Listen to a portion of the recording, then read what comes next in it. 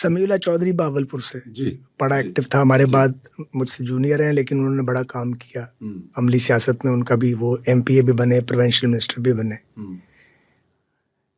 ہمارے جو آپ کے پی ایم ایل این کی ضلعوں کے صدر اور سیکٹری ہیں، ان میں سے بہت سارے جو ہیں وہ ایم ایس ایف کے اس دور کے لوگ ہیں.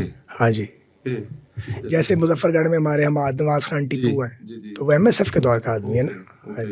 ملتان میں ملک انور صاحب ہے، جاوید لطیف اسی دور کے ہیں. میاں جاوید لطیف کا میں پہلے ذکر کر چکا ہوں. جاوید لطیف نے بہت کام کیا ایم ایس ایف کے لیے، سیلف لیسلی کام کیا، بہت. میری بڑی قربت رہی ہوئی ہے، بعد میں فاصلہ بھی ہو گیا لیکن بہت قربت رہی ہے ہماری آپس میں. تو خیر، تو وہ ایم ایس ایف کا ایک فیز گزرا بہت بڑا. ایک عبدالرزاق ڈھلو ہمارے یہ جو سرگودے سے ایم پی اے بنے ہیں 2-3 بار، وہ بھی ہمارے اس ٹیم کا حصہ، اسی دور کے. اور بہت سارے دوست ابھی ایک دم ذہن میں نام نہیں آ رہے. صاحب ایک نام میں بھی ایڈ کرنا چاہتا ہوں. اس دور میں، جس دور میں میں بھی آپ اسی کالج سے پڑھا ہوا ہوں آپ سے، میں تقریباً آپ 86 میں اگر گئے ہیں تو میں 91 میں آیا تھا جب عابد چوری شہید ہوا ہے، ان کا قتل ہوا. اس کے بعد عاطف آیا. نہیں، میں وہاں سے چلا گیا تھا 86 میں. سوری، آپ نے 86 میں نے ایم اے کر لیا. میں یونیورسٹی لاء کالج چلا گیا تھا 84 میں گریجویشن کری. جی، تو آپ سے ہم کو 7-8 سال بعد اس کالج میں آئے تو ہم سنتے تھے کہ خواجہ سعد رفیق صاحب یہاں سے تھے، ریاض فتح صاحب یہاں تھے. وہاں پہ ایک کردار ہوا کرتے تھے، آغا صاحب ہوتے تھے جو چنے والے. ہاں جی، وہ ساتھ میں بٹیرے بھی بتاتے تھے کہ ہمیں ہمیشہ وہ ڈراتے تھے، دھمکاتے تھے، تانوں نال گال کٹ کے تانوں پتہ نہیں خواجہ سعد رفیق میں ایک کال کرانا تو ایتھے آ جائے گا تہاڈیاں ماں، مطلب سانوں باقاعدہ طور پہ. اور وہ بتاتے تھے کہ خواجہ سعد رفیق میرے ساتھ اور فلاں فلاں. یہ آغا جی جو تھے نا وہ با کمال شخصیت تھے. وہ چنے بیچتے تھے جی، تو دوپہر کو لنچ ہم ان کے پاس کرتے تھے. جی، تو پیسے تو جیب میں ہوتے نہیں تھے جی، اور دوسرا 2 نمبر کام ہم کرتے نہیں تھے. تو 8 آنے کے چنے اور 4 آنے کا نان تو 1 روپے میں کھانا کھایا جاتا تھا. وہ بٹیر بھی پکاتے تھے. جی، میرے پاس بٹیر کے پیسے ہوتے تھے لیکن میں اس لیے نہیں کھا سکتا تھا کہ میں نے صبح 30-40 لڑکوں کو چائے پلانی ہوتی تھی تو اس کے بعد میں پھانک ہو جاتا تھا. تو ان کی ہم نے بڑی عزت کی اور انہوں نے ہماری بڑی عزت کی. جی، نو ڈاؤٹ. وہ تھے ایک گل خان تھے. گل خان تھے باہر، وہ جو باہر نکلتے ہی لیفٹ سائڈ پہ گل خان بہت آنریبل آدمی تھے. جی، آنریبل مین. جی، جی، ان کے آگے کوئی بول نہیں سکتا. بالکل ایسے ہی. اور وہ بڑے سخت مزاج تھے مگر میری ان سے بڑی محبت تھی. جی، جی، صبح آملیٹ جو ان کا بڑا مشہور ہوتا تھا. ایک اور واقعہ ایم اے کالج میں یہ ہوا کہ جب میں ایم اے کالج کا پریزیڈنٹ بن گیا تو ایک دن ایس ایچ او آئے اس علاقے کے، میں ان کا نام نہیں لوں گا، بعد میں ایس پی بن کے ریٹائر ہوئے. بڑے خاندانی آدمی تھے. وہ جمعیت کے لوگوں سے، جو اس دور کے لوگ تھے، تنگ تھے. جی. تو وہ اور جو پرنسپل صاحب تھے ہمارے مسعود الحق صدیقی مرحوم، اللہ مغفرت کرے، وہ بھی ہمارے حامی تھے بڑے. تو فیکلٹی بھی ہمارے ساتھ تھی اور لوکل پولیس بھی. کیونکہ ہمارے آنے کے بعد ماحول بدل گیا تو مجھے کہنے لگے کہ یہ ایک نیا ہوٹل کھلا ہے، عامر ہوٹل. جی، وہ جلندھر موتی چور کے ساتھ. جی، چودھری صدیق صاحب اللہ ان کی مغفرت فرمائے. تو وہ کچھ نہیں، وہ بس کہہ رہے تھے کہ میں کچھ ہدیہ دینا چاہتا ہوں. میں نے کہا کس چیز کا ہدیہ؟ کہ خواہش صاحب خرچہ کے تو پورا کرنا ہے. میں نے ان کو کہا راج صاحب کو، میں کہا راج صاحب یہ آپ کیا کہہ رہے ہیں؟ انہوں نے کہا نہیں، یہ خرچہ کرنا پڑتا ہے نا، یہ تو کہاں سے لے کے آؤ گے؟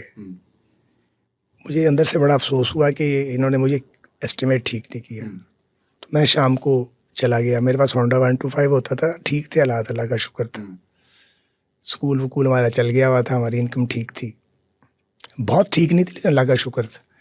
10 روپے کا چائے کا کپ ہوتا تھا عامر ہوٹل میں اس وقت. تو میں نے انہیں کہا جی وہ آپ کے مالک ہیں جو اوپر ہیں. میں نے کہا ان کو بتاؤ یار میں آیا ہوں. خیر چوائس سے تشریف لے آئے. چائے کے میں نے 2 کپ منگا لی، ہم نے پی چائے، اکٹھے کپ لگائی، کوئی بات نہیں کی. بل منگوایا تو انہوں نے کہا بل. تب میں نے کہا چوائس صاحب یہ ہوٹل آپ کا ہے، میرا نہیں ہے، مگر یہ جس سیٹ پہ ہم بیٹھے ہیں نا یہ میں نے ہائر کی ہے، آدھا گھنٹہ بیٹھا ہوں، اس کی ادائیگی کرنی ہے. اور میں نے انہوں نے یہ بھی کہا، میں نے کہا میں نے اس کے بعد بھی یہیں رہنا ہے. وہ بڑے سمجھدار آدمی تھے. تو وہ میں نے 20 روپے کو 2-4 روپے ٹپ دی ہوگی، بل دے کے میں آ گیا. تو اس کے بعد ہم نے کالج میں منادی کرا دی کہ اگر کوئی عامر ہوٹل کی طرف گیا نا تو اس کی خیر نہیں ہے. اس کے بعد پھر کوئی نہیں گیا؟ نہیں، کس نے جانا تھا. وہ پھر اس خاندان سے میرے تعلقات آج بھی ہیں. اسی طرح خان بابا کا تو آپ نے نام جی سنا جی ہوگا. جی جی جی خان بابا ملک ہوٹل. خان بابا جو ہے وہ اس وقت زندہ تھے. تو یہ اور وہ بڑے تگڑے آدمی تھے, مگر ایم اے کالج کے لڑکے جو تھے ان بہت کے تگڑے آگے تھے. کتنے تگڑے ہو سکتے تھے. تو ان کا ایک عزیز تھا, وہ ہمارے پاس پڑھتا تھا, وہ بچہ ہمارا برخوردار تھا, وہ امریکہ میں ہے شاید. اب خالد بھائی بیٹھتے ہیں خان بابا پہ, وہ جو مالک ہیں جی. ان کے بڑے بیٹے. تو ان کا پیغام آیا کہ جی ہمارا کچھ کریں. میں پھر گیا وہاں پہ, ان سے میں ملا جا کے. تو انہوں نے کہا ان تو لڑکوں نے ہمارا جینا حرام کر دیا ہے. وہ پھر آ کے دوبارہ وہاں پہ ہم نے کالج میں اناؤنسمنٹ کرائی کہ ادھر کوئی نہیں جائے گا. پھر کبھی کوئی نہیں گیا. تو 40 سال کے تعلقات ہیں وہاں لوگوں سے, جتنے بھی اس دور کے بنے ہوئے تعلقات ہیں. کسی کو تنگ نہیں کیا, کسی شخص کو تنگ نہیں کیا. ایک وقت کی روٹی کھا لی ہے, وقت گزار لیا ہے, پوری لڑائی لڑی ہے, لیکن الحمدللہ کوئی یہ کہہ نہیں سکتا آج اتنے سال گزرنے کے بعد بھی کہ کسی کو ستایا جا کے. لڑکے بھی تھے, اسلحہ بھی تھا, لڑتے تھے ہم صرف جمعیت سے لڑتے تھے کیونکہ وہ ہم سے لڑتے تھے, اور کسی کے گلے ہم نہیں پڑتے تھے. یا ایک کام کرتے تھے, کسی بچی کو چھیڑنے کی اجازت نہیں تھی. وہ میں نے مارشل لا لگایا ہوا تھا. جتنا عرصہ میں رہا ہوں, 2-3 سال میرا انفلوئنس 4 سال رہا ہے, بعد میں بھی رہا ہے, لیکن بعد میں حالات اور تھے. تو اس ایریے کے اندر کسی کی جرت نہیں تھی کہ کسی بس اسٹاپ پہ کسی بچی کو چھیڑ جائے, کیونکہ میں نے جاتے ساتھ ہی 1-2 تگڑے آپریشن کر دیے تھے. اس چیز سے مجھے نفرت ہے جب کوئی کسی خاتون کو تنگ کرتا ہے یا اس کو ہراس کرتا ہے.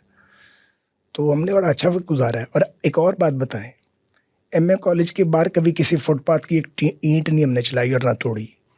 نہ کبھی ہم نے ٹریفک بند کی وہاں پہ, بے پناہ پالیٹکس کی. کبھی کلاسز کا بائیک آؤٹ نہیں ہونے دیا. میں جیل چلا گیا, مارشل لا کا دور تھا, پیچھے انٹرنل ایگزام تھے اور کالج پہ میری پوری گرفت تھی. تو میں نے پرنسپل صاحب کو میسیج بھیجا, وہ ملنے آئے جیل. تو میں نے کہا سر آپ مہربانی کر کے ایگزام پوسٹ پون نہ کریں. اپنے لڑکوں کو بلایا, انہوں نے کہا کہ پرنسپل صاحب سے اور فیکلٹی سے تعاون کریں, ایجوکیشنل لاس نہیں ہونا چاہیے. اور اس کا فائدہ کیا ہوا مجھے, میں نے تو نیت سے کیا. میرے پرنسپل صاحب اٹھے سیدھے, اس وقت صاحب مارشل لا ایڈمنسٹریٹر ہوتے تھے, شاید فیاض غنی سے بریگیڈیئر وہی تھے شاید. وہ ان کے پاس گئے, انہوں نے سارا واقعہ بتایا. مجھے مہینہ ہو گیا ہوا تھا جیل میں, اگلے دن انہوں نے مجھے چھوڑ دیا. اتنے پازیٹیو انسان کو بند کیا ہوا. یہ مارشل لا دور کی بات بتا رہا ہوں میں آپ کو, سازش تو تھی کوئی نہیں. تو ضیاء الحق کے مارشل لا میں 3 بار جیل گیا ہوں ویسے. یہ ضیاء الحق کی پالیسیوں کے خلاف یا جماعت اسلامی والے؟ نہیں, بنیادی طور پہ تو میں اس وقت ابھی اسٹوڈنٹ پالیٹکس کر رہا تھا, تو ہمارا آپس میں مسئلہ چلتا رہتا تھا. اور لیکن اس ضیاء مارشل لا کا میں مخالف تھا سخت, اور پیپلز پارٹی کا بھی مخالف تھا. کس مصیبت میں پھنسے ہوئے تھے. مارشل لا کے ساتھ جانا نہیں تھا. پیپلز پارٹی کے مخالف ہیں, اس کے مخالف تھے. مسلم لیگ ملتی نہیں تھی اس کے ڈھونڈنے سے, لیکن وہ ہم اپنی جگہ اٹل تھے. جب یہ شورا بنی ہے, مجلس شورا وغیرہ, تو میری والدہ کو بہت انفلوئنس کیا گیا کہ آپ آ جائیں. تو ہم نے فیصلہ کیا کہ نہیں, مارشل لا کے ساتھ نہیں جانا, کیونکہ والد صاحب جو تھے وہ سخت اینٹائی مارشل لا تھے. تو ہم اپنے والد کے اس کے مشن کے اگینسٹ نہیں جا سکتے. سو ہم گھر بیٹھے رہ گئے. لوگ گئے شورا میں, چلتے چلتے چلتے کہاں سے کہاں پہنچ گئے, ہم نہیں گئے. ہم اس وقت آئے جب بلدیاتی انتخاب ہوا, تو میری والدہ نے لڑا, وہ کونسلر ہو گئیں. پھر 85 میں الیکٹ ہو گئیں اندرون شہر سے. وہ بھی قصہ ہے, مطلب میاں صلاح الدین سلی صاحب رئیس لاہور تھے وہ مقابلے میں. اچھا. ہاں جی.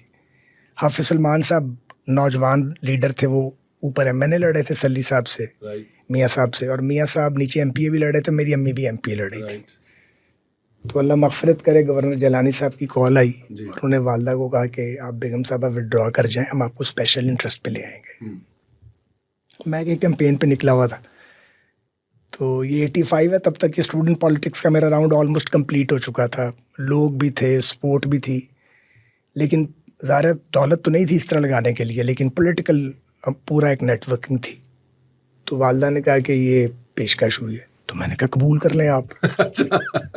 آسان کام ہو گیا. میں کہ کام آسان ہو گیا. میں کہ اماں جی کہاں لڑیں گے الیکشن, اتنا خرچہ کرنا پڑے گا, پیسے ہیں نہیں. تو میری امی نے کہا کہ تم سے پیسے مانگتا کون ہے, لوگ اپنے گھر سے روٹی کھا کے آتے ہیں, چائے نہیں پیتے ہمارے پاس آ کے, اور ہمارے لیے نعرے لگاتے ہیں. میں نے کہا جی مان جائیں آپ. تو میری والدہ نے میری بڑی کلاس لی. اچھا. بہت. اور کلاس لینے کے بعد انہوں نے مجھے کہا کہ بیٹا اگر میں بیٹھ گئی الیکشن میں تو لوگ یہ سمجھیں گے کہ خواجہ رفیق شہید کی فیملی جو ہے یہ سٹینڈ نہیں لیتی ہے, بیٹھ جاتی ہے. جیتی ہوئی ایم پی شپ نہیں چاہیے جو اسپیشل سیٹ ہے, ہاری ہوئی ایم پی کی سیٹ بہتر ہے. میں تو تمہارے لیے بنیاد بنا رہی ہوں, ٹریننگ تھی نا جی. تو ہاں جی, میں نے کہا جی ٹھیک ہے. لیکن اللہ کو کچھ اور منظور تھا. تو حافظ صاحب کا اور میاں صلاح الدین صاحب کا جب الیکشن ہوا, آپ سب جیت گئے. تو میاں صاحب نے, شریف آدمی تھے, انہوں نے صوبائی اسمبلی کا الیکشن سے وڈرا کیا. تو آخری 2 راتوں میں ہم جیت گئے. ساری ان کی سپورٹ بھی ہماری طرف آٹومیٹکلی آ گئی, تو ہم جیت گئے. پھر وہ 85 میں بڑے میاں صاحب تشریف لائے ہمارے شہر والے گھر. سی ایم کا الیکشن تھا, ہم نے انہیں ووٹ بھی دیا. پھر والدہ صاحبہ کا جو ایم پی کا ووٹ, وہ 85 میں بڑے اچھے تعلقات تھے. پھر بیچ میں کچھ لوگ آ گئے. والدہ ذرا جلالی تھیں, بڑے میاں صاحب تب ابھی ذرا بالکل نئے تھے. وہ پھر ان کی ایکویشن نہیں بنی والدہ صاحبہ کے ساتھ. ہاں, وہ بنی ہی نہیں پھر. تو امی جو تھیں وہ پھر انہوں نے فیصلہ کیا کہ وہ چودھری پرویز الہی صاحب کے ساتھ کھڑی ہو جائیں. جب پہلا ریبیل ہوا ہے, میں والدہ محترمہ کو کہتا رہ گیا یہ نہ کریں. تو وہ میری بات سنتی بہت تھی لیکن ہر بات نہیں مانتی تھی. انہوں نے کہا نہیں, میں نے نہیں چلنا ان کے ساتھ. تو وہ سیاسی لوگ ہیں. میں نے ان کو کہا بھی, میں نے کہا ماں جی ہم نے لاہور میں رہنا, آپ کدھر جا رہی ہیں؟ وہ کہنے لگی نہیں. سو ہمارے چوائس پرویز الہی صاحب کی فیملی سے بڑے اچھے تعلقات تھے اور ہیں, ابھی بھی ہیں. شجاعت صاحب سے بھی ہیں, پرویز صاحب کا بھی میں بڑا ریگارڈ کرتا ہوں. تو والدہ صاحبہ جو تھیں وہ پھر پرویز الہی صاحب کے ساتھ باغیوں میں شامل ہو گئیں. اچھا, میں نہ ہوا. اچھا, میں تو ایم ایس ایف کا سیکرٹری جنرل تھا, اور نواز شریف صاحب میرے پنجاب کے پریزیڈنٹ تھے. تو تب میاں صاحب اس کو اسیس نہیں کر سکے. وہ کچھ سوچ ہی نہیں سکتا نا کہ ماں اور بیٹا بھی الگ ہو سکتے ہیں. وائن صاحب کو اس باریک فرق کا پتا تھا, کیونکہ میں تو روز ان کے پاس ہوتا تھا, وہ جنرل سیکرٹری تھے پارٹی کے. تو مجھے وائن صاحب نے 2-4 بار کہا پیار سے, حضرت جی والدہ نو سمجھاؤ. میں نے کہا آپ تسی نہیں جان دے. میں کہا میں نے کس طرح سمجھا سکنا, تو مجھے, میں کہا جوتا پکڑ لیتی ہیں ہاتھ میں. خیر وہ وقت گزر گیا. اس دور میں جی ہر ایم پی اے کو پلاٹ ملتے تھے. لیکن یہ جو والدہ صاحبہ ادھر تھی اور آپ ہلکا پھلکا ڈیفینیٹ آپ ادھر تھے, تو یہ فرق نواز شریف کے دل میں تھا کہ یہ خواجہ سعد رفیق, آگے آ رہی ہے بات. اچھا, آگے اگر بات خراب کیسے ہوئی جی. تو وہ ایسا تھا کہ ذرا میں میاں نواز شریف صاحب کو ملا بہت کم ہوا تھا, ان کی شخصیت سے بھی آگاہ نہیں تھا, سچی بات ہے. ضیاء الحق صاحب کے بارے میں ایک تلخی میرے اندر موجود تھی. اللہ ضیاء الحق صاحب نے تو میرے ساتھ ڈائریکٹلی کوئی زیادتی نہیں کی تھی, لیکن انہوں نے تو میری مخالفین کی جماعت کا بورا الٹا دیا تھا. لیکن میں سمجھتا تھا اس وقت بھی کہ بھٹو صاحب کی پھانسی جوڈیشل مرڈر ہے. پھر میں چونکہ جیلوں میں جاتا تھا تو پی پی پی کے کارکنوں کو ظلم سہتا دیکھتا تھا, تو وہ جو میری نفرت تھی وہ ختم ہو گئی تھی. بلکہ میں دل میں ان کو ایڈمائر کرتا تھا کہ یہ لڑتے ہیں مارشل لاء کے خلاف. اس جماعت کو, جس جماعت کے ذمے میرے والد کا خون ہے اور تھا, وہ آج کی پیپلز پارٹی تو وہ نہیں ہے وہ, لیکن بہرحال پی پی پی تھی. لیکن سچ بولنا چاہیے نا. تو ان کے کامریڈز جو تھے وہ لمبی لمبی سزائیں کاٹ رہے تھے, ماریں کھا رہے تھے. پی ایس ایف کے لڑکے میرے دوست تھے, اور میں دیکھتا تھا کہ کس طرح ان سے زیادتی ہوتی ہے. تو ایک پولیٹیکل ورکر کے طور پہ میری ان کے لیے پھر نفرت کی بجائے ہمدردی پیدا ہو چکی تھی. سچی بات یہی ہے. تو خیر وہ والدہ صاحبہ میں سنا رہا تھا, تو وہ والدہ صاحبہ کا اور بڑے میاں صاحب کا پھر 86 میں اختلاف ہو گیا, جب پرویز الہی صاحب نے بغاوت کی. اس کے نتیجے میں پھر مجھے جیل جانا پڑ گیا. حالانکہ میں والدہ صاحبہ کی بغاوت کی حالانکہ میں ان کو روکتا آیا گیا تھا, لیکن وہ پھر ایک ایسا واقعہ ہو گیا بیچ میں جس کی اب تفصیل میں جاننا مناسب نہیں ہے, بہت کم لوگوں کو یاد ہوگا. وہ اتنی بدمزگی ہو گئی کہ اس کے بعد پھر مجھے جیل ہی جانا تھا. وائن صاحب سے بھی تعلق وقتی طور پہ خراب ہوا, میاں صاحب سے تو ہو ہی گیا تھا خراب. تو میں پھر کوئی 7.5-8 ماہ جیل میں رہا. اچھا جی. سلمان صاحب جو تھے وہ بھاگ گئے, وہ آزاد کشمیر میں سردار کیجون صاحب کے پاس جا کے انہوں نے پناہ لے لی. اچھا, وہ یہ آپ کے ساتھ سیاست میں ساتھ ساتھ سلمان بھائی میرے ساتھ ہی رہا ساری, وہ میری وجہ سے خراب ہوا ہے. وہ شریف آدمی ہے, صرف میری وجہ سے خراب ہوا ہے. وہ پھر واقعات ایسے ہو گئے تھے کہ ہاں پھر ہوا یہ کہ پرویز صاحب جو تھے ان کو شجاعت صاحب نے کہا اور ضیاء الحق صاحب نے جب کہا تو وہ سارے واپس آ گئے. تو والدہ نہ واپس آئیں. اچھا. اب لڑائی تو چودھری صاحبان کی تھی, وہ ہمارے ذمہ پڑ گئی. اس میں آپ لوگ ایک علیحدہ ہی پارٹی بن گئے. اور نہ ہمارے وسائل تھے، نہ ہم لڑ سکتے تھے، لیکن ایک لڑنے والے لوگ تو تھے نا ڈے ون سے. جی. وہ پھر فاصلہ بہت ہوا. تو میں پھر 86 میں جیل گیا تو 87 میں باہر آیا. مگر وہ جیل جو تھی وہ میرے لیے بڑی بہتر ثابت ہوئی. میں نے جیل میں بیٹھ کے انالیسس کیا کہ میں کس چیز میں کمزور ہوں اور مجھے اپنی کمزوری دور کرنی کیسے چاہیے. چونکہ آپ جیل جب جاتے ہیں تو آپ اس کو نیگیٹو بھی ہو سکتے ہیں اور پازیٹیو بھی اس کو یوز کر سکتے. پازیٹیو یہ ہے کہ آپ سول سرچنگ کرتے ہیں نا. تو گجرانوالہ میں پرویز الہی صاحب اور نصر اللہ دریشک صاحب اور امی اور سارے وہ جو ریبیلینس مجھے ملنے آتے تھے وہاں پہ، کیمپ جیل بھی ملنے آئے، بڑی مہربانی ہے ان کی. بہرحال 86 گزرا، 87 گزر گیا. 87 میں باہر آ گیا تو سردار عبدالقیوم خان صاحب نے ہماری صلح کروا دی. اچھا، میاں صاحب کے ساتھ. ہاں جی. میاں نواز شریف صاحب کے پاس میں گیا، مجھے عتیق صاحب لے کے گیا. میں جانا نہیں چاہ رہا تھا کیونکہ ابھی تو میں جیل سے آیا تھا ایک دن پہلے. تو مجھے سردار قیوم صاحب نے کہا کہ بچو کہتے تھے، بچو تم نے کل جانا ہے میاں نواز شریف صاحب سے ملنے. میں نے کہا میں نے کوئی نہیں جانا، میں تو جیل کاٹ کے آیا ہوں. تو انہوں نے کہا نہیں تم نے جانا ہے. میں نے کہا نہیں میں نے نہیں جانا. تو میں نے سوچا کہ میں والدہ صاحبہ کا نام لیتا ہوں کہ وہ نہیں جانے دے رہی. نہیں کہ ان سے پوچھتا ہوں امی نے کہاں جانے دینا ہے. سو میں نے سردار صاحب کو کہا اللہ ان کی مغفرت کرے کہ مجھے والدہ سے اجازت لینی ہے. انہوں نے کہا ہاں لے لو. میں گھر آیا، میں نے کہا جی وہ مجاہد اولیہ کہہ رہے ہیں. تو میں نے کہا ٹھیک کہہ رہے ہیں. میں نے کہا آپ کیا کہہ رہے ہیں؟ انہوں نے کہا بیٹا پیپلز پارٹی میں پالیٹکس نہیں کرنی، میاں صاحب سے ہمارا کون سا جھگڑا ہے، ٹھیک ہے میری ان سے نہیں بنی تو وہ فیز گزر گیا ہے. جن کی لڑائی تھی وہ صلح کر گئے ہوئے ہیں، تو تم نے کس بات پہ لڑنا ہے. تو مجھے بات سمجھ آ گئی. خیر ہم اگلے دن چلے گئے، بڑے میاں صاحب سے ملاقات ہوئی. پہلے تو ذرا زیادہ خوشگوار ملاقات نہیں تھی لیکن اس کا اینڈ بڑا اچھا ہوا. اچھا. پھر یہ ہوا کہ یہ 87 ہے. جی. پھر 2.5-3 سال بس ایسے ہی گزر گئے. جی.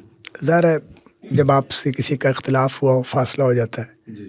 تو ہم مسلم لیگ میں ہی تھے، آپ اسی پارٹی میں تھے، لیکن بیک بینچر تھے. تو مجھے معلوم تھا کہ یہ بیک بینچر میں نے زیادہ عرصہ رہنا نہیں ہے، میں آرام سے بیٹھا رہا پیچھے. پھر شہباز صاحب بنے مسلم لیگ لاہور کے صدر. تو میں اس ایک سٹی مسلم لیگ، ایک زونل مسلم لیگ کا جنرل سیکرٹری تھا. شہباز صاحب نے کوشش کی کہ میں الیکشن ہار جاؤں. اتنی محبت؟ آج نہیں کوئی بات نہیں لیکن وہ میں جیت گیا. اچھا. شہباز صاحب بڑے حیران ہوئے کہ میری کوشش کے باوجود یہ کیسے جیت گیا. ایک کردار ہے حاجی مقصود بٹ صاحب اللہ مغفرت کرے، وہ اس میں مرکزی کردار تھے. بعد میں ہمارا ان سے بڑا اچھا تعلق رہا. تو وہ بار ایسا ہوا کہ 90 میں پھر شہباز صاحب نے نیشنل اسمبلی کے لیے ایک حلقہ تلاش کر رہے تھے کیونکہ بڑے میاں صاحب کا تو گوال منڈی والا حلقہ تھا. پہلے یہ میرے والد صاحب کا حلقہ ہوتا تھا سارا یہی والا. حلقہ 1 تھا یا 6 تھا 70 کے الیکشن میں، نمبر میں بھول گیا ہوں. جہاں سے میاں صاحب الیکشن لڑتے؟ جی یہاں سے میرے والد صاحب الیکشن لڑتے رہے ہیں 2 بار نیشنل اسمبلی کا. وہ پھر شہباز صاحب نے مجھے فون کیا کہ میں نے گھر آنا ہے. میں نے کہا جی ٹھیک ہے. میں نے امی کو کہا. اچھا شہباز صاحب سے امی کی بنتی تھی. اچھا. شہباز صاحب ماشاء اللہ اس معاملے میں زیادہ سمارٹ ہے. تو شہباز صاحب آئے اور انہوں نے کہا کہ بھائی بات یہ ہے کہ میں نے الیکشن لڑنا ہے، وہ تو میاں صاحب کا حلقہ ہے. اور بدر صاحب وہاں پہ مقابلہ تھا. بدر صاحب سیاسی جن تھے، بہت بڑے پاکستان پیپلز پارٹی کا نام، وہ بڑا نام تھے اور بڑے کمال کے انسان صاحب کے بیٹے بینظیر کے بھائی. تو خیر شہباز صاحب کو ہم نے کہا جی ہم آپ کا ساتھ دیں گے. اب چونکہ ہم مطلوب تھے پارٹی میں تو ان کو شاید یقین ابتدا میں تو نہیں ہوگا، پتہ نہیں ساتھ دینے کے ہمیں، لیکن ہم نے کمٹ کیا. پر وہ 90 سے پھر وہ سفر شروع ہو گیا ساتھ. تو پھر دن رات ہم نے کام کیا. تو وہ 90 سے پھر جو وہ دوریاں تھی ختم ہو گئی. دوری تو پھر ایسے ختم ہوئی کہ جیسے 100 یارڈ لگی نا جی، پھر 100 مائل پر آور کی سپیڈ سے چلے. تو شہباز صاحب سے تو دوستی ہو گئی اور بہت زیادہ ہو گئی نا، محبت ہو گئی. مجھے اچھی طرح یاد ہے میں بلدیاتی الیکشن بھی ایک ہارا تھا. اچھا جی. اس میں بھی میری قیادت کا ناٹ میاں صاحب بڑے کا لیکن نیچے حصہ تھا. لیکن تو اب شہباز صاحب چاہتے تھے کہ مجھے کونسلر بنائیں. تو مجھے انہوں نے بلایا، کہتے ہیں کہ میں تمہیں ٹکٹ دینا چاہتا ہوں فلاں جگہ سے، تم نے الیکشن لڑنا ہے. میں کہا نہیں سر میں نے نہیں لڑنا. کہتے کیوں؟ میں نے کہا وہ میرے استاد ہیں جن کے مقابلے میں آپ کہہ رہے ہیں, انہیں نہیں پتا تھا. تو کہنے لگے تو مسلم لیگ ہی نہیں ہے. میں کہا نہیں جی جس سے میں نے پڑھا ہوا میتھمیٹکس پڑھی ہوئی ہے اس کے سامنے نہیں میں نے لڑنا الیکشن. تو کہاں سے لڑنا ہے؟ میں نے کہا جہاں سے ہارا تھا وہاں سے لڑنا ہے. اچھا. کہنے لگے وہ سٹنگ ممبر ہیں. تو میں نے کہا ان کو ٹکٹ دے دیں, مجھے چھوڑ دیں. کہنے لگے تمہیں تو نہیں چھوڑنا. میں کہا پھر ایک کو رکھیں. انہوں نے مجھے رکھ لیا. اچھا. شہباز صاحب نے. تو وہ پھر ہمارا سفر اکٹھے شروع ہو گیا. 93 میں مجھے شہباز صاحب نے بلا کے کہا کہ تمہیں میں ضمنی الیکشن لڑانا چاہتا ہوں. میں نے کہا آپ تاڑے کو نہیں الیکشن لڑایا جانا ہے, وعدہ نہ کرو. اچھا. وہ کہتے نہیں میں جو وعدہ کیتا پورا کروں گا. میں کہا ٹھیک ہے. ابھی میں بڑے میاں صاحب کے قریب نہیں تھا. اچھا. یہ شہباز صاحب کے ساتھ سفر چل رہا تھا. تو بڑے میاں صاحب نے کہیں جاوید ہاشمی صاحب سے وعدہ کر لیا ہوا تھا, وہ الیکشن لوز کر گئے تھے. اچھا. کہ میں آپ کو بائی الیکشن لڑاؤں گا. ٹھیک ہے.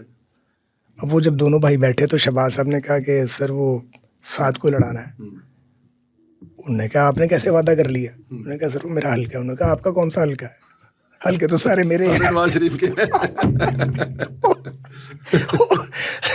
وہ جناب اپنا شہباز صاحب پریشان ہو گیا. انہوں نے کہا میاں صاحب میں نے وعدہ کیا ہوا سعد سے. انہوں نے کہا نہیں بھی میں نے وعدہ کیا ہوا ہے جاوید ہاشمی. ہاں جی. مجھے پتہ لگ گیا. میں مرحوم مجید نظامی کے پاس چلا گیا بڑے میاں صاحب کی شکایت لے کے. میرے پاس اور کوئی راستہ ہی نہیں تھا. میں کہا جی یہ تو ٹکٹ ہی نہیں دیں دے. نظامی صاحب بڑے ناراض ہوئے. ان کو ابو کی وجہ سے بڑا خیال کرتے تھے. اور ایک حسن پیرزادہ صاحب ہوتے تھے, بڑے میاں صاحب سے ان کی بڑی محبت تھی. درویش تھے, نیک انسان. اور بڑے میاں صاحب ان کی کسی بات کو نہ نہیں کرتے تھے. ان کے جانے سے بھی میاں صاحب کو بڑا نقصان ہوا, خلا پیدا ہوا. آپا کلثوم ان سے بڑی عزت کرتی تھیں. شہباز صاحب بڑا پیار کرتے تھے. پوری شریف فیملی کا پیار تھا. اس وقت بچے بھی چھوٹے تھے. پیرزادہ صاحب سے میرا بڑا پیار تھا. ادھر سے پیرزادہ صاحب نے جھگڑا ڈال دیا کہ سعد کو کیوں آپ نے نظر انداز کر رہے ہیں. ادھر سے مجید نظامی صاحب نے کہا کہ یہ تو بڑی زیادتی ہے. خیر وہ اپنا یہ ہوا کہ بڑے میاں صاحب چونکہ نظامی صاحب کا بہت احترام فرماتے تھے تو بڑے میاں صاحب اور شہباز صاحب گئے. تو بڑے میاں صاحب نے کہا میں نے جاوید ہاشمی سے وعدہ کیا ہوا ہے. تو پھر میں ڈراپ ہو گیا. جاوید ہاشمی صاحب کو ٹکٹ مل گیا. مجھے پی ایم ایل این نے 7 بار ریفیوز کیا ٹکٹ. 7 ٹائم آپ کو ٹکٹ دینے سے ریفیوز کیا ایم پی. تو یہ میں اس لیے سنا رہا ہوں تاکہ ان لوگوں کو میسج دے رہا ہوں جو سمجھتے ہیں کہ ٹکٹ نہیں ملتا تو آپ نے ریبیل کرنا ہے. میں نے سنیلا صاحب ریبیل نہیں کیا. میاں صاحبان نے جس کو ٹکٹ دیا میں نے کندھوں پہ بٹھا کے اس کا الیکشن لڑا. دامے درمے سخنے جگہ ایسی نہیں بنتی. تو ہاشمی صاحب آ گئے. ہاشمی صاحب کا ہمارے خاندان سے بڑا تعلق تھا. میرے والد صاحب کی بڑی وہ عقیدت کرتے تھے. ہم نے ہاشمی صاحب کا الیکشن ایسے لڑا جیسے اپنا لڑتے ہیں. تو اس سے میاں صاحب بڑے بہت خوش ہوئے کہ یار یہ اس نے بڑا اچھا کام کیا ہے. 94 آ گیا اس طرح ہی گزرتا. مجھے ایک دن شہباز صاحب نے بلایا. کہتے ہیں کہ میں جا رہا ہوں کچھ مہینے کے لیے ملک چھوڑ کے. میں نے کہا اچھا. اب یہ وہ بڑی سیکرٹ بات تھی جو مجھے کہہ رہے تھے, کسی کو پتہ ہی نہیں تھا. تو کہنے میں تم پہ بھروسہ کرتا ہوں. میں نے کہا جی کیا کرنا ہے مجھے؟ کہتے ہیں کچھ نہیں کرنا, بس میاں نواز شریف کے ساتھ کھڑے رہنا. میں کہا جی کھڑے کتنے رہنا, انہوں نے تو ملاقات ہی نہیں کی, پسند ہی نہیں کرتے. کہتے ہیں تمہاری غلط فہمی ہے. اچھا میں نے کہا ٹھیک ہے, غلط فہمی ہو سکتی ہے. پھر شہباز صاحب مجھے لے کے گئے بڑے میاں صاحب کے پاس ایک دن. وہ بھی ایسا ہوا کہ بڑے میاں صاحب سے نا کشمیرہ اس میں بیٹھا ہوا تھا, تو وہاں میاں صاحب تشریف لے سیف الرحمان صاحب کے ساتھ سردار قیوم صاحب کو ملنے آئے تھے. وہ میرا تو وہ گھر تھا, تو اتفاقاً میں بیٹھا ہوا تھا اور گھر پہ کوئی نہیں تھا. اب میاں صاحب میرے لیڈر تھے لیکن دل ہمارے نہیں جڑے ہوئے تھے.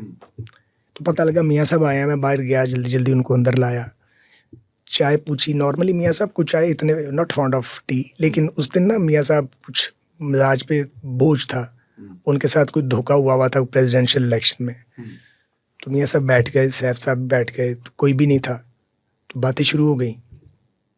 چائے پی میاں صاحب نے. میری امی بھی تھی لیکن وہ تھیں ریسٹ ہاؤس میں, وہ نہیں آئی وہاں پہ.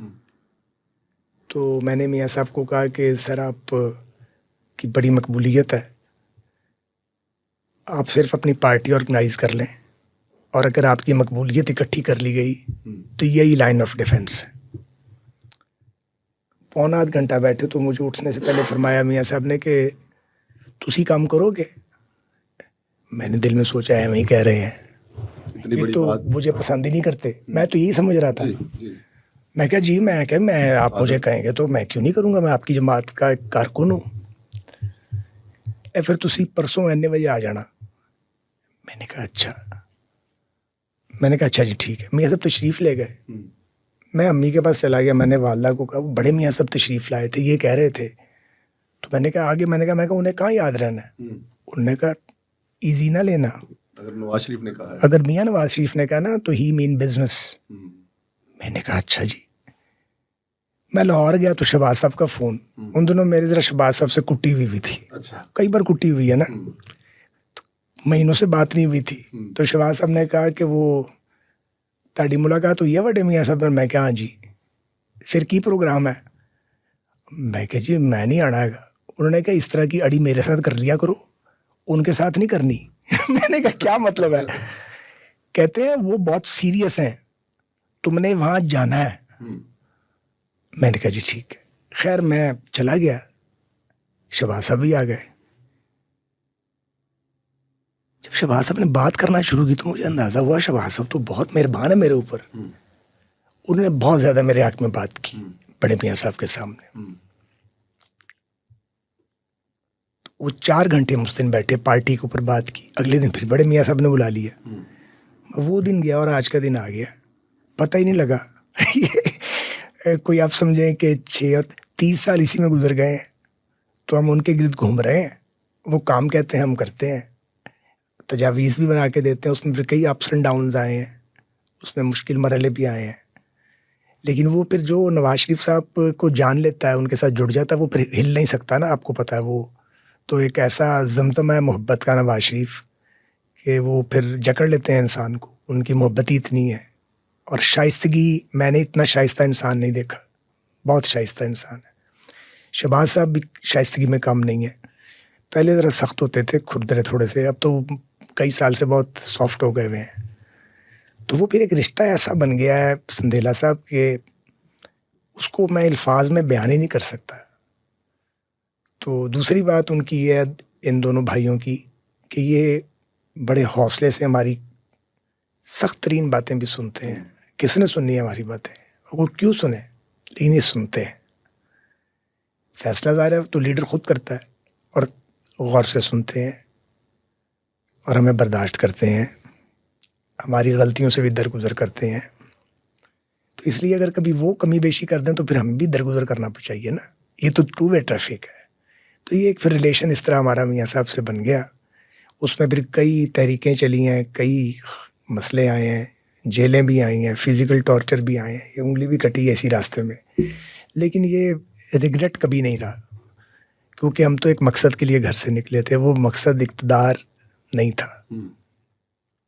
کم از کم جنرل مشرف کے ساتھ جب لڑائی ہو رہی تھی مارشل لاء سے, تو کوئی ریگریٹ نہیں تھا. مشرف دور کا کوئی واقعہ ظاہر ہے آپ نے مقابلہ کیا. لیکن ایک میں چیز کوٹ کر دوں, اگر مجھے پتا ٹائم ہو رہا ہے, کیونکہ ہم نے اس کو ٹو بھی کنٹینیو کرنا, لیکن جب کو اگلا میرا ٹور ہوگا مجھے پتا ہے. ایک کبھی کلپ ہم نے شیئر بھی کیا, دیکھا بھی کہ میاں صاحب آپ سے جتنا پیار کرتے ہیں, شاید الحمرہ تھا, وہاں پر انہوں نے میاں صاحب نے کہا کہ یہ سعد ہے, یہ مجھے بڑا پیارا بھی ہے, لیکن مجھ سے خفا بھی رہتا ہے, کبھی کبھی ناراض بھی ہو جاتا ہے.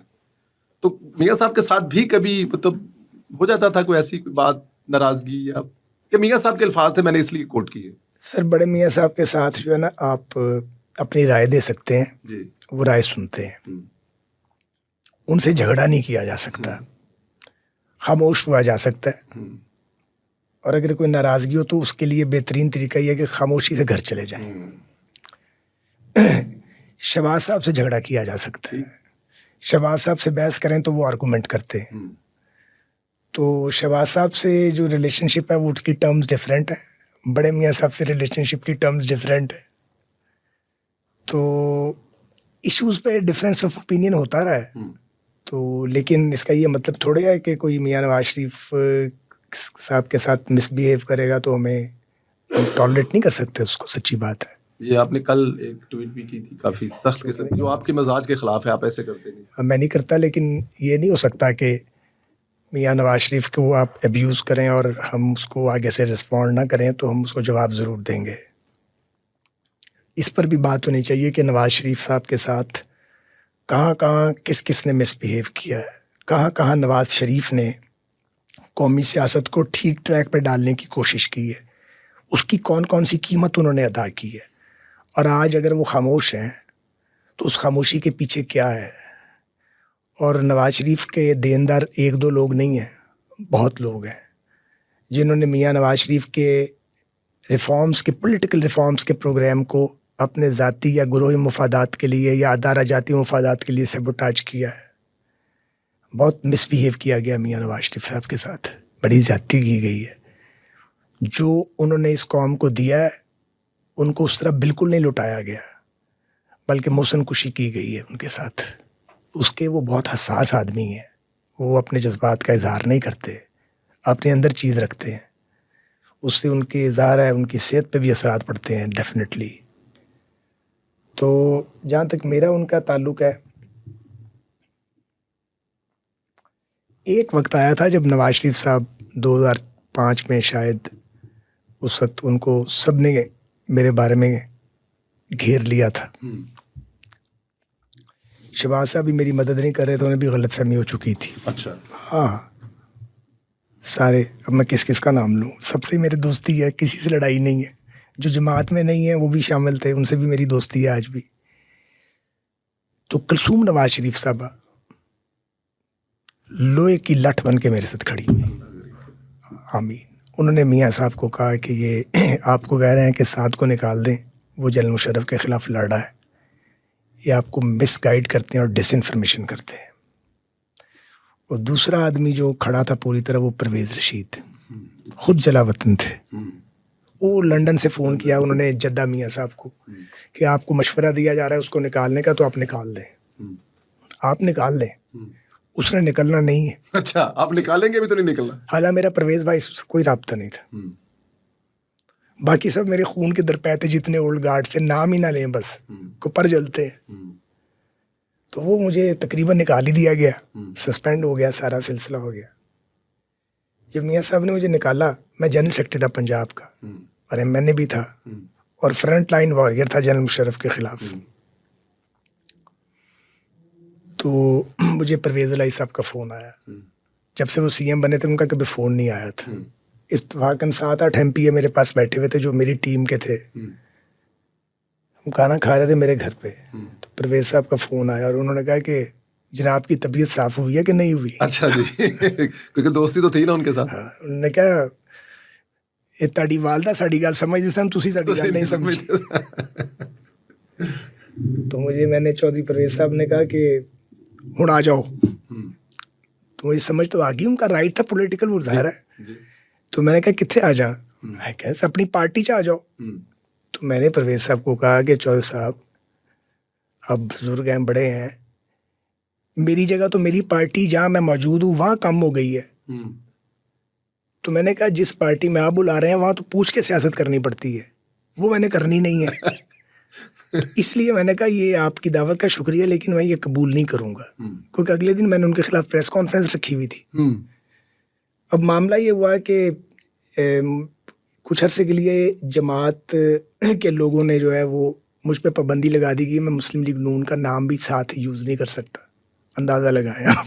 یہ بھی پابندی لگی کہ مسلم لیگ نون کا نام استعمال نہیں کر سکتے. کچھ لوگوں نے سردار ذوالفقار کھوسا صاحب سے بھی لڑوا دیا. وہ لوگ بھی اب ہمارے ساتھ ہی ہیں, کچھ کیبنٹ میں بھی ہیں, پر سارے میرے دوست ہیں, ہم ایک دوسرے کو معاف کر چکے ہیں, اس لیے کوئی کسی کے ساتھ کوئی گرج نہیں. میرا کھوسا صاحب سے بھی بڑا تعلق ہے ابھی بھی میں سلام کرنا چاہتا ہوں ان کو. چودھری نثار صاحب سے میرا تعلق ہے اور رہے گا. جاوید ہاشمی صاحب سے بھی ہے. اب یہ مسلم لیگ میں تو نہیں ہے لوگ, لیکن تعلق نہیں ختم کرنا چاہیے اپنا. تو خیر وہ جب پارٹی سے نکال دیا گیا تو یا لاہور میں ایک جلوس نکلا, نبی پاک سرکار کے توہین آمیز خاکے بنے تھے اس کے احتجاج پہ. تو زعیم قادری اور میں ہم اکٹھے ہوتے تھے, تو میں نے کہا زعیم چلتے ہیں یار. انہوں نے کہا چلیں. پارٹی کال تو تھی نہیں, لیکن ہمارا ایمان کی بات تھی, وہ ہم چلے گئے. اس جلوس میں جو شرکا تھے انہوں نے, مشرف صاحب کا دور تھا, آگ لگانی شروع کر دی. اب ہمارے پاس ورکرز نہیں تھے, ہم تو 2 آدمی گئے تھے, 15-20 ورکر میں دیکھ کے آ گئے تھے. وہ ہم نے 10-5 جگہ پہ کوشش کی, کہیں پولیس کو بچایا, کہیں آگ بجھوانے کی کوشش کی, لیکن وہ تو ہزاروں لوگ تھے. وہ سارا ملبہ ہم پہ ڈال دیا گیا. آپ پر اور زین قادری صاحب. ہاں جی, ہم دونوں اریسٹ ہو گئے. اب پارٹی نے مجھے نکالا ہوا ہے اور میں جیل میں ہوں, اور جنہوں نے نکالا ہوا وہ باہر ہیں سارے, اور وہ کہہ رہے ہیں کہ صحیح کی تاسی. خدا کا نظام ہے, ہر چیز میں حکمت ہے. رائٹ. تو اس پہ میرے جو ساتھی تھے یا جو مجھے سپورٹ کر رہے تھے, انہوں نے بڑے میاں صاحب کو کہا کہ وہ تو جیل کاٹ رہا ہے, جو ملا ہوا وہ جیل کاٹ رہا ہے, اور جو نہیں ملے وہ سارے باہر ہیں. اچھا, جیل بھی تہاڈے آگے چلی گئی. ہاں, اور جب میاں صاحب نے مجھے وہ سسپینڈ کیا تو میں نے اگلے دن اسٹیٹمنٹ دی کہ جو نواز شریف صاحب ہیں وہ قائد ہے, اگر ان کے اچھے فیصلے قبول ہیں تو کڑوا فیصلہ بھی قبول ہے. وہ ٹکر چلے نا تو بڑے میاں صاحب کو دکھائے گئے ٹکر, بڑے خوش ہوئے میاں صاحب. انہوں نے کہا مجھے پتا تھا یہی کہے گا, مجھے اس پہ یقین تھا, یہ ڈچ نہیں کر سکتا. اور اس نے ان سارے لوگوں کو باطل ثابت کر دیا جو کہتے تھے کہ میاں صاحب یہ تاڑے نال ہی نہیں ہے گا. تھا ہی کچھ نہیں, لڑائی تھی ساری, یہاں پہ سارا وقت کی لڑائی تھی نا جی.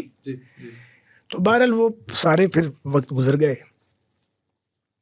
اور ہم جیل سے پھر باہر آئے. پھر کوئی 4.5-5 مہینے کی جیل تھی وہ بھی.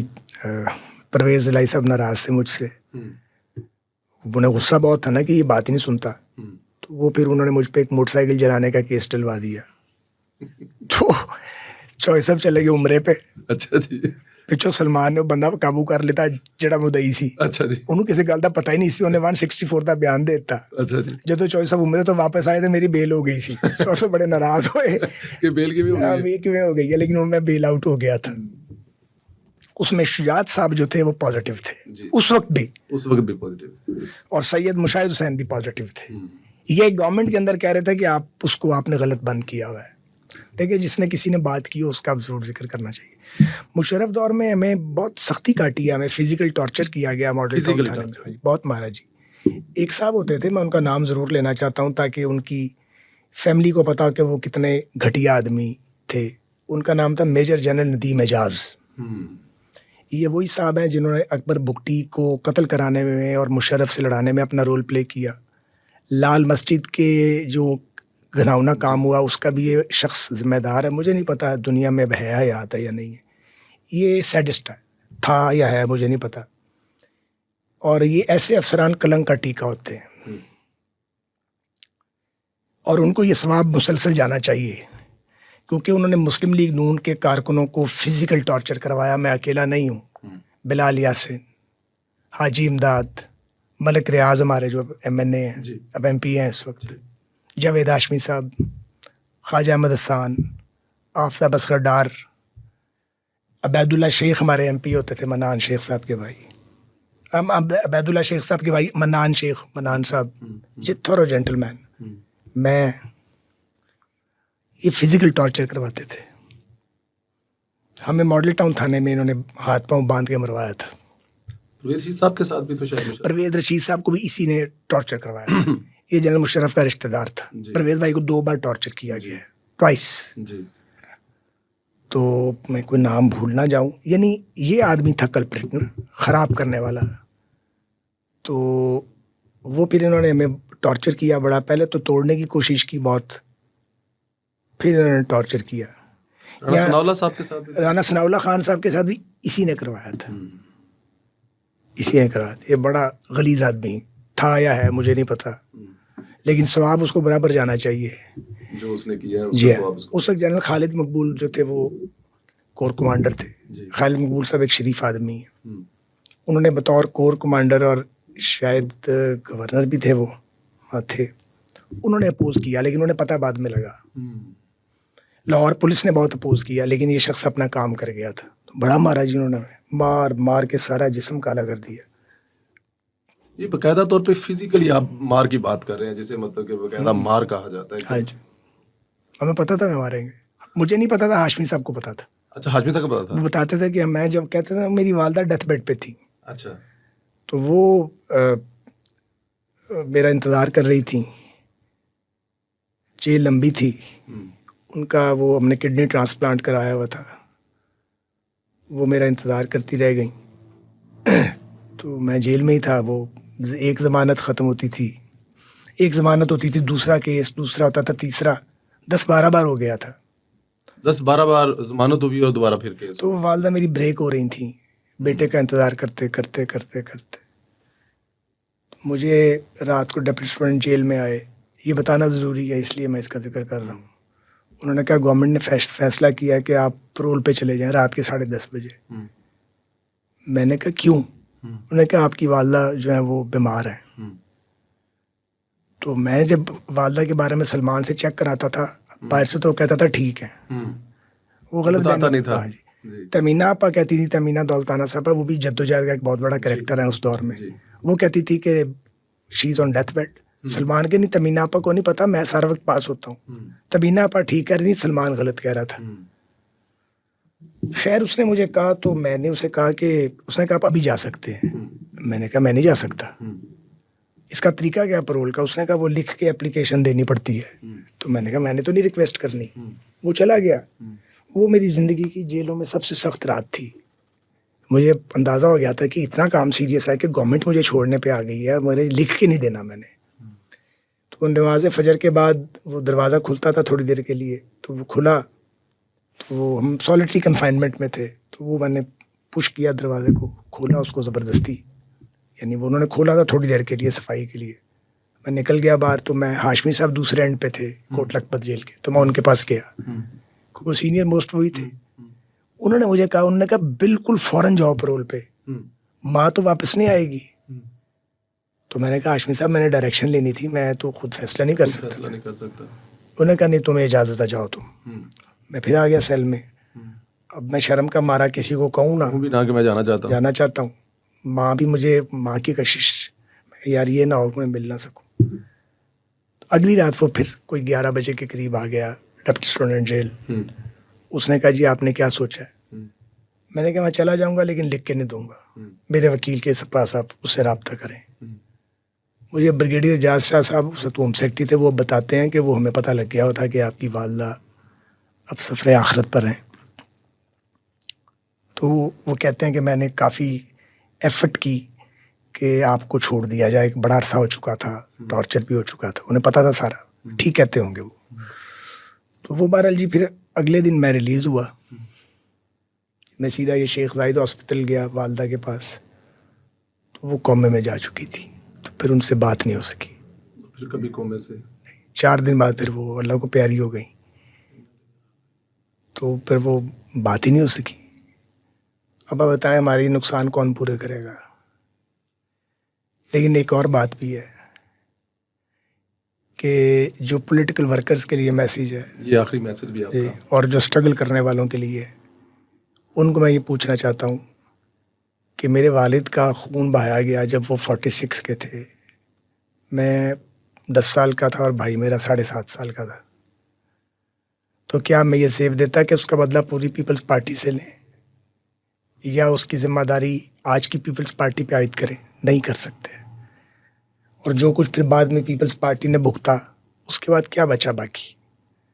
تو وہ نفرت لے کے آپ نہیں چل سکتے. ایک تو یہ پیغام ہے.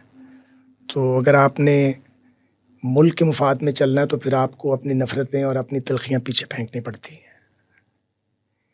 اسی طرح جو کچھ ہوا ہے جنرل مشرف کے دور میں, جتنا ظلم ہوا ہے مسلم لیگ نون کے ساتھ, تو اگر اس ظلم کا بدلہ لینے ہم چل نکلتے, یونیفارم میں آگے فوجی بےزتی کرتے تھے ہماری, جیلوں میں آتے تھے.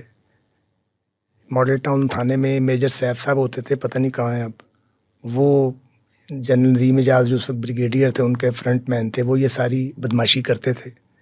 تو یہ 2 یا 4 آدمیوں کا کام تھا. ہم اس کی ذمہ داری اس وقت بھی ہم نے پورے ادارے پہ عائد نہیں کی تھی. ابھی میں نے آپ کو جنرل خالد مقبول صاحب کا بتایا, اور بھی بہت سے فوجی افسر تھے جو اس سوچ کے نہیں تھے, پازیٹیو سوچ کے تھے. کبھی ان کی سنی جاتی تھی, کبھی نہیں. تو کیا پورے ادارے کو اس کی سزا دیتے؟ میں اسی کنٹونمنٹ سے 1 یا 2 بار نہیں, کئی بار MP اور MNA بنا ہوں. ساری اپوزیشن کاٹی ہے. ہمیں تو کبھی خیال نہیں آیا کہ ہم نے کور کمانڈر ہاؤس یا کنٹونمنٹ کا جو حساس علاقہ ہے وہاں سے احتجاج کرتے ہوئے بھی گزرنا ہی, کیونکہ فوج کی اپنی حرمت ہے. تو میں یہ PTI والوں کو ضرور پوچھنا چاہتا ہوں کہ اگر عمران خان صاحب پکڑے گئے تھے تو آپ احتجاج کرتے, لیکن کس حکیم نے مشورہ دیا تھا کہ آپ جا کے کنٹونمنٹ پہ ہم دھوا بول دیتے یا فوجی تنصیبات پہ یا جہاں حساس اداروں کے دفاتر تھے وہاں جا کے آپ اس طرح کرتے؟ آپ نے اپنے آپ کو بھی مصیبت میں ڈالا, آپ نے فوج کو بھی آزمائش میں ڈالا اور سیاست کو بھی آپ نے پلیوٹ کیا, اور ایک عجیب پنجابی کے اندر کڑماس پیدا ہو گیا ہے. تو سیاست میں دل بڑا کرنا پڑتا ہے. اب میں یہ ضرور کہنا چاہوں گا اس موقع پہ کہ عمران خان صاحب جیل میں, میں ان کا قیدی رہا ہوں. میں آپ کو بتا دیتا ہوں, I was the only voice in cabinet. اس آدمی کے حق میں جس نے مجھے جیل میں ڈالا, جس نے مجھ پہ الیکشن ریگ کرنے کا جھوٹا الزام لگوایا. اب تو ان خود کو بھی پتا سب کو کہ ہم نے جھوٹ بولا تھا, تب بھی پتا تھا. تو میں نے کیبنٹ میں کہا کہ یہ طریقہ پکڑنے کا ٹھیک نہیں تھا, کیونکہ کسی بھی سابق وزیر اعظم کے ساتھ اس طرح کا رویہ اختیار نہیں کیا جانا چاہیے. اور بھی بہت کچھ کہا. میری اس وقت کی کیبنٹ کو پتہ ہے, پرائم منسٹر صاحب کو پتہ ہے, یہ میری ایک رائے ہے. میں یہ ضرور کہنا چاہتا ہوں کہ پی ٹی آئی ایک دور ابتلا سے گزر رہی ہے, اور وہ یہ مطالبہ کرتے ہیں کہ ان کے حقوق پامال کیے جا رہے ہیں, اور وہ یہ کہتے ہیں کہ ان کا مینڈیٹ جو ہے وہ ان کو نہیں لینے دیا گیا. یہ یک طرفہ ٹریفک نہیں ہے. بطور ایک سیاسی تجزیہ کار کے اور ایک پرانے سیاسی کارکن کے میرا نقطہ نظر مختلف ہے. میں یہ سمجھتا ہوں کہ یہ کہانی اور یہ آڈٹ, انفیکٹ یہ آڈٹ جب بھی شروع ہوا یہ 2011 سے شروع ہوگا. اس میں 126 دن کا دھرنا بھی آئے گا. اس میں سی او ڈی کے بعد جو ایک ٹھہراوا آیا تھا پاکستانی سیاست میں, اس کو پارا پارا کرنے کی بات بھی ہوگی. اس میں ایجنسیوں, اسٹیبلشمنٹ اور ججز کے ساتھ مل کے, اور یہ جو سوشل میڈیا انفلوئنسرز ہیں ان کے ساتھ مل کے, میڈیا کے, الیکٹرانک میڈیا کے لوگوں کے ساتھ ایک الیکٹڈ گورنمنٹ کو گرانے کی سازش کا ذکر بھی ہوگا. پھر 2018 کا الیکشن چوری کرنے کا ذکر ہوگا, آر ٹی ایس سسٹم بیٹھنے کا ذکر آئے گا, ہمارے لوگوں کو پریشرائز کر کے ٹکٹ واپس کروانے کا, اور انہیں کڈنیپ کر کے اور جہازوں میں بھر کے لانے کا ذکر آئے گا. جو سارا کچھ محترم عمران خان صاحب کو لارجر دین لائف بنانے کے لیے کیا گیا, اور ایک دیوتا بنا کے پیش کیا گیا, جو کہ وہ دیوتا تھے نہیں نہ ہیں. اب آج جو کچھ بھی ہو رہا ہے یا ہوا ہے پی ٹی آئی کے ساتھ, اس کی تفصیل میں جائے بغیر, بدقسمتی سے ہی ان کا اپنا بویا ہوا ہے. اگر وہ یہ چاہتے ہیں کہ چیزیں ٹھیک ہوں تو وہ, میں نے پہلے بھی کہا ہے کہ وہ مار پیٹ سے ٹھیک نہیں ہونی. جو بھی ہم میں سے چاہتا ہے کہ چیزیں ٹھیک ہوں, اسے اپنے پہلے گناہ اور غلطی کا اعتراف کرنا چاہیے. یہ نہیں ہو سکتا کہ آپ کہانی آج سے شروع کر دیں اور پیچھے جو کیا آپ نے وہ آپ اس کو فراموش کر دیں. میں تو اس نظام کا حصہ ہی نہیں ہوں, اور آپ کو اچھے سے پتا ہے کہ میں اپنی مرضی سے اس نظام کا حصہ نہیں ہوں, اپنی خوشی سے بلکہ کہنا چاہیے. لیکن جو جس نے کیا ہے وہ اس کی ذمہ آئے گا. یہ نہیں ہو سکتا. مجھے سوشل میڈیا پہ دیکھتا ہوں لوگ, جب میں ذرا بات ہٹ کے کرتا ہوں, ظاہر ہے میں ہٹ کے بات کرتا ہوں, جب کوئی چیز مجھے اچھی نہیں لگتی تو میں اس پہ تنقید بھی کرتا ہوں, اور میں نہیں رہ سکتا اس کے بغیر. میں ایک آزاد آدمی ہوں, اسی لیے میں کیبنٹ میں نہیں گیا کہ میری آزادی کمپرومائز نہ ہو جائے. سب کو پتہ اس بات کا. مہربانی ہے کہ پارٹی قیادت کی کہ مجھے بارہا انہوں نے مہربانی کیا, کہا ہے. میں اس قابل تو نہیں ہوں, لیکن میں سمجھتا تھا کہ مجھے اپنی جو بات کرنے کی آزادی ہے, جب آپ کیبنٹ ممبر ہوتے ہیں تو بات نہیں کر سکتے نا, کیبنٹ میں بات کرتے ہیں. تو میں ایک آزاد آدمی ہوں, نہ ایم این اے ہوں, نہ کوئی عہدہ ہے پارٹی کا میرے پاس, اور نہ میں کسی کابینہ کا حصہ ہوں. مسلم لیگ نون کا حصہ تو میں ہوں, لیکن اس کا یہ مطلب نہیں ہے کہ یک طرفہ ٹریفک چلائے پی ٹی آئی. مجھے بھی افسوس ہوتا ہے بعض اوقات, اور بہت ہوتا ہے بعض اوقات, اور بعض اوقات میں کوئی ایسی اسٹیٹمنٹ بھی دیتا ہوں کہ اپنوں سے گالیاں کھا رہا ہوتا ہوں سوشل میڈیا پہ. مجھے شوق نہیں ہے گالیاں کھانے کا, لیکن جسے درست سمجھتا ہوں اسے کہتا ہوں. لیکن اگر آپ نے 2024 کے الیکشن کا ذکر کرنا ہے اور آپ اس کا آڈٹ چاہتے ہیں تو یہ 18 سے 24 پہ آئے گا. جو آپ نے بویا تھا وہ آپ نے کاٹا ہے, نہ بوتے کبھی بھی نہ کاٹتے. اور میں ایک اور بات آپ سے کہنا چاہتا ہوں, 4.25 سال تو وہ سنیچ کیے گئے ہیں نواز شریف سے. 18 کا الیکشن جبرن دھاندلی سے ہرا کے جو نواز شریف کے 4.25 سال تھے, صرف 3:45 نہیں ہے, یہ کھیل پہلے شروع ہو گیا تھا. جی 17 اور 18 کے جو سال تھے وہ بھی ہم سے چھینے جا چکے تھے. تو آپ نے 6 سال ضائع کیے ہیں, ہمارے چھینتے اس ریاست کے ضائع کیے ہیں. آپ کو تو بھی 1.5-2 سال ہوئے ہیں. اللہ نہ کرے آپ کو 6 سال ہو. میں نہیں چاہتا یہ, میں تو کبھی نہیں چاہتا. میں تو نرم ہو گیا ہوں جب سے وہ مخالف پارٹی جیل میں گئی ہے, کیونکہ جب کوئی جیل میں جائے تو بغلیں نہیں بجانی چاہیے, اس پہ خوشی نہیں منانی چاہیے, جیسے کہ پی ٹی آئی ہمارے جانے پہ مناتی تھی. پہلے ہی بتا دیتی تھی اب کون جیل جا رہا ہے, ہم کس کی فائل دیکھ کر آئے ہیں, اب کس کی فائل دیکھ کے, اب کس کی باری آ گئی ہے. تو یہ اللہ کرے یہ رک جائے نظام سارا اس ملک میں. لیکن یہ کب رکے گا؟ یہ اس طرح نہیں رکے گا جیسے روکنے کی کوشش کی جا رہی ہے. یہ روز ڈی چوک میں یقین کریں دھرنا دینے سے نہیں رکے گا. اگر دھرنا دینے سے رک سکتا ہو تو آپ دے لیں دھرنا, آپ خراب کریں گے چیزوں کو. تو تمام پولیٹیکل پارٹیز کو سول سرچنگ کرنی ہے, پی ٹی آئی کو بھی کرنی ہے, پی ایم ایل این کو بھی کرنی ہے. ہم نے بھی اپنا دیکھنا کہاں کہاں ہمارے ویک پوائنٹس ہیں, ہمارے بھی ویک پوائنٹس ہیں, ان کو کیسے فل کرنا ہے. اور الٹیمیٹلی پاکستان میں سیاستدانوں نے بیٹھ کے ایک نیا مساق جمہوریت کرنا ہے. اگر تو وہ سٹیج نہیں آئی تو یہ جوتیوں میں دال بٹتی رہے گی یہاں پہ, کبھی کسی کی باری کبھی کسی کی باری. لیکن اگر ہم سیکھ جائیں, اگر سمجھ لیں کہ ریاست چلانے کا طریقہ کیا ہے اور فریم ورک کے اندر رہ کے کیسے کھیلنا ہے, تو پاکستان کی بہتری ہو جائے گی. تو مجھے آخر میں یہ ضرور کہنا زور دے کے ایک بار پھر کہ جھگڑا جو ہے اس میں سے راستہ نہیں بنے گا. نہ حکومت کے لیے راستہ بنے گا, نہ اسٹیبلشمنٹ کے لیے بنے گا, نہ اپوزیشن کے لیے بنے گا. یہ صرف ہم ایک دوسرے کا وقت ضائع کریں گے اور انرجی پاکستان کی ضائع کر دیں گے. سو ہمیں اپنی اصلاح خود کرنی ہے, سول سرچنگ بھی خود کرنی ہے, اور اس کے لیے کوئی راستہ بننا چاہیے. جب تک یہ راستہ نہیں بنے گا ہم پاکستان کو بیرونی خطرات سے نہیں بچا سکتے, اور ان سازشوں سے نہیں بچا سکتے جو پاکستان کو خاکم بدہن ڈس انٹیگریٹ کرنے کے لیے کی جا رہی ہیں. یہ صرف میں نے کہنا تھا. بہت بہت شکریہ. صاحب میں آپ کا شکریہ ایکسیپٹ ہو گیا. اب مجھے اب میرے 2 منٹ دے دیں, کیونکہ آپ نے اتنی بڑی بات کی ہے.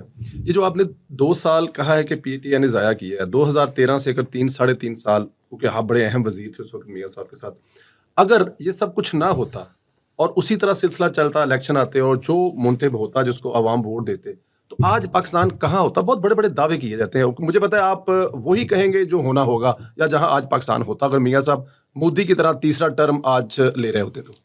آپ یقین کریں ہماری قسمت بدل جاتی. اور یہ جو گلی گلی بھوک اگ رہی ہے اور مہنگائی جو ہے وہ اس نے لوگوں کا جینا حرام کر دیا ہے. میں یہ نہیں کہتا 0 پہ چلی جاتی, لیکن روپے کی قیمت اسٹیبلش ہو جاتی. آپ کی جو اکانومی تھی جس طریقے سے ٹیک آف کر رہے تھے, آپ کا جی ڈی پی ریٹ بڑھ رہا تھا, وہ ہم کہیں سے کہیں پہنچ جاتے, اور ہم دنیا کی بڑی جو معیشتیں ہیں ان میں ہم شامل ہو گئے ہوتے, یا بالکل ڈور سٹیپ کے اوپر کھڑے ہوتے. 2028 کا ٹارگٹ تھا شاید, ڈور سٹیپ پہ کھڑے ہوتے.